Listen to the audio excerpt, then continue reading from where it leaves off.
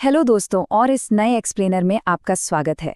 आज हम एक ऐसी घटना की तह तक जाने वाले हैं जिसने पूरे देश की एजुकेशन सिस्टम को हिलाकर रख दिया है। हम बात कर रहे हैं 2026 के नीट एग्जाम फ्रॉड की। सोचिए, भारत का सबसे बड़ा मेडिकल एंट्रेंस एग्जाम आखिर कॉम्प्रोमाइज कैसे हो गया?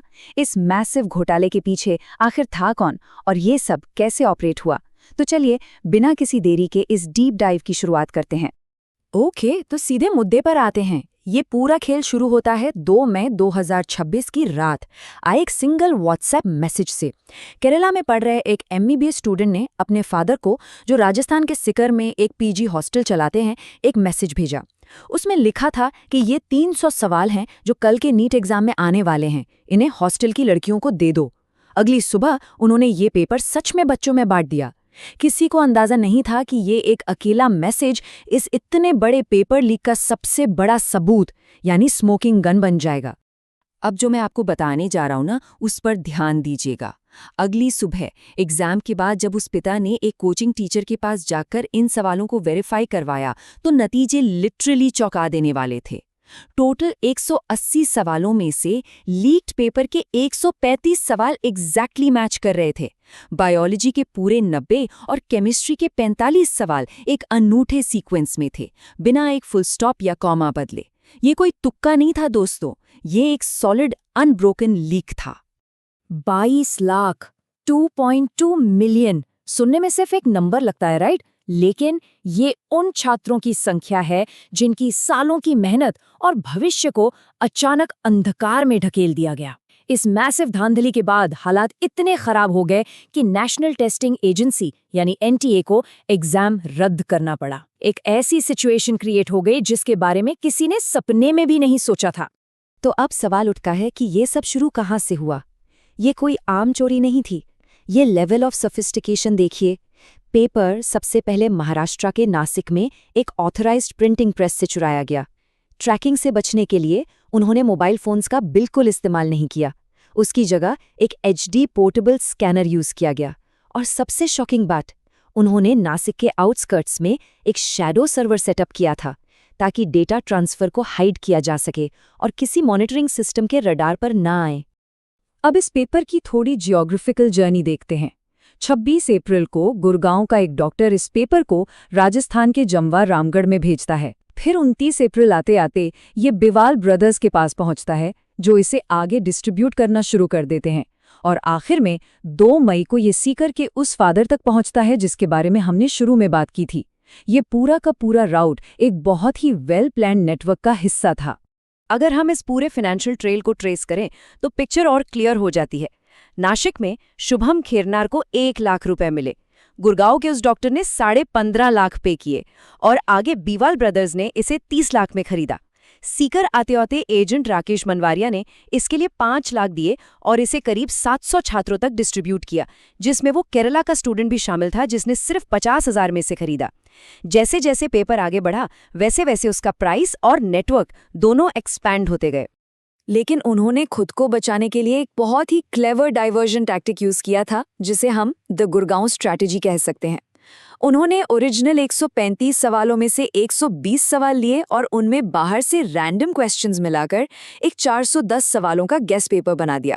ये धोखा देने की एक सोची समझी ट्रिक थी, ताकि अगर ये पेपर किसी के रात लग भी जाए तो लोगों को लगे कि ये किसी कोचिंग सेंटर का सिर्फ एक आम स्टडी मटेरियल या गेस पेपर है। अब सोचिए, जब उस फादर को इस लीक का कंफर्म पता चला तो उन्हें सच्चाई सामने लाने के लिए कितना स्ट्रगल करना पड़ा। वो उद्योगनगर पुलिस स्टेशन गए, लेकिन पुलिस ने उन्हें ये कहकर भगा दिया कि ये सिर्फ एक अफवाह है। हार ना मानते हुए उन्होंने डायरेक्टली एनटीए को कांटेक्ट किया। फिर एनटीए ने सेंट्रल इंटेलिजेंस ब्यूरो को अलर्ट किया और तब जाकर राजस्थान पुलिस ने फाइनली अपने स्टेट एसओजी और एडीजी विशाल बंसल को एक्टिवेट किया। लोकल लेवल पर इतनी बड़ी अपैथी होना ही अपने आप में एक बहुत बड़ा इशू है। और इन्वेस्टिगेशन के दौरान जो सबसे चिलिंग डिटेल इन्वेस्टिगेटर्स के सामने आई वो थी एक सिंपल सा व्हाट्सएप टैग। उस गेस्ट पेपर के मैसेज पर साफ साफ लिखा था, फॉरवर्डेड मेनी टाइम्स। इस एक छोटे से टैग का मतलब समझ रहे हैं आप? इसने ये साफ कर दिया कि पेपर का सर्कुलेशन कितने बड़े स्केल पर हो चुका था। उन्हें पता चला कि कुछ स्टूडेंट्स के पास तो ये पेपर एग्जाम से पूरा 1 महीना पहले से मौजूद था। ऑलराइट, अब बढ़ते हैं अपने नेक्स्ट सेक्शन की तरफ, the accused and political coincidences. चलिए देखते हैं कि इस डिस्ट्रीब्यूशन नेटवर्क के सेंटर में आखिर कौन लोग थे। इंडिया टुडे और सोशल मीडिया की रिपोर्ट्स के बेसिस पर मंगीलाल और दिनेश बीवाल की जो प्रोफाइल सामने आई हैं, उसमें कुछ हैरान करने वाले फैक्ट्स हैं। रिपोर्टेडली इन्हें इस लीक के बारे में 1 महीने पहले से पता था। दिनेश बीवाल बीजेपी यूथ विंग के मेंबर बताए गए हैं। उनकी ऐसी कई फोटोज हैं जिसमें वो राजस्थान के एजुकेशन मिनिस्टर मदन दिलावर के साथ खड़े हैं और एक वीडियो में वो बीजेपी कैंडिडेट के लिए कैंपेन भी कर रहे हैं। और इन सब के बीच सबसे सरप्राइजिंग कोइंसिडेंस ये है कि इनके परिवार के 4 बच्चों ने पिछले ही साल नीट एग्जाम क्लियर कर लिया था। हम यहाँ किसी पर डायरेक्ट ब्लेम नहीं डाल रहे, बस फैक्ट्स को सामने रख रहे हैं। अब इन सब के बीच अधिकारियों के स्टेटमेंट्स में एक बहुत बड़ा कॉन्ट्रडिक्शन देखने को मिलता है।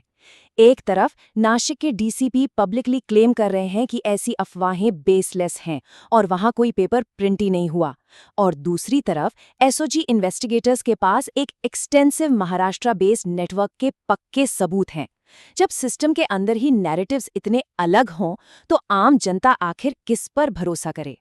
और ये तो कुछ भी नहीं, एनटीए के डायरेक्टर जनरल अभिषेक सिंह का ये ऑफिशियल डिनायल सुनिए। वो कहते हैं कोई पेपर लीक नहीं हुआ, बस एक पीडीएफ घूम रही थी। मैं ये नहीं कहूंगा कि पूरा पेपर लीक हुआ। मतलब 135 सवाल एग्जैक्टली मैच हो चुके हैं, उसके बाद भी ऐसी बात कहना एब्सोल्युटली absurd लगता है। यही रीजन है कि लोगों और स्टूडेंट्स का गुस्सा इतना बढ़ गया कि उन्होंने आयरॉनिकली एनटीए का नाम ही बदलकर नेशनल टैंपरिंग एजेंसी रख दिया।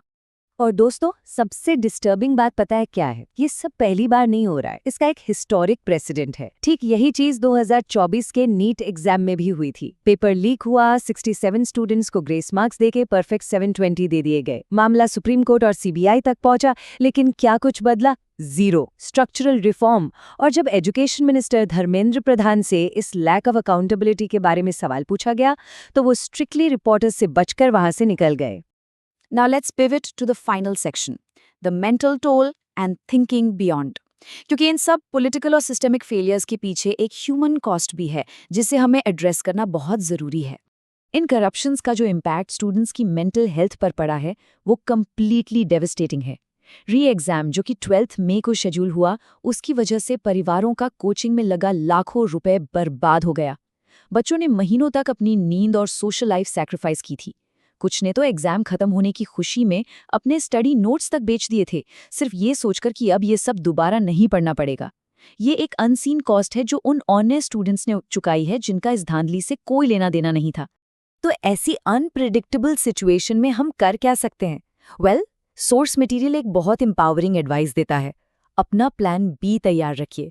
उन्होंने एक 99 रुपए की यानी 99 रुपीज़ की पीडीएफ गाइड शेयर की है, जिसमें data science, UI design, content creation या क्लाइमेट रिसर्च जैसे 100 ऑल्टरनेटिव करियर ऑप्शंस डिटेल में बताए गए हैं। उनका मैसेज साफ है, अपनी पूरी जिंदगी को किसी एक सिंगल एग्जाम के भरोसे मत छोड़िए। प्योर सक्सेस के पीछे मत भागिए, बल्कि एक्सीलेंस को परस्यू कीजिए। तो इस पूरे एक्सप्लेनर को वाइंड अप करते हुए एक आखिरी सवाल है जो हम सबको खुद से और इस सिस्टम से पूछना चाहिए। जब तक एजुकेशन इंफ्रास्ट्रक्चर में रूट लेवल पर चेंजेस नहीं आते और जब तक ऊपर बैठे लोगों की अकाउंटेबिलिटी इन्फोर्स नहीं होती, तो क्या देश में ऐसे एग्जाम स्कैम्स कभी रुकेंगे? ये सच में एक सोचने वाला विषय है दोस्तों। आई होप इस डीप डाइव से आपको इस मुद्दे की पूरी सीवियरिटी समझ आई होगी।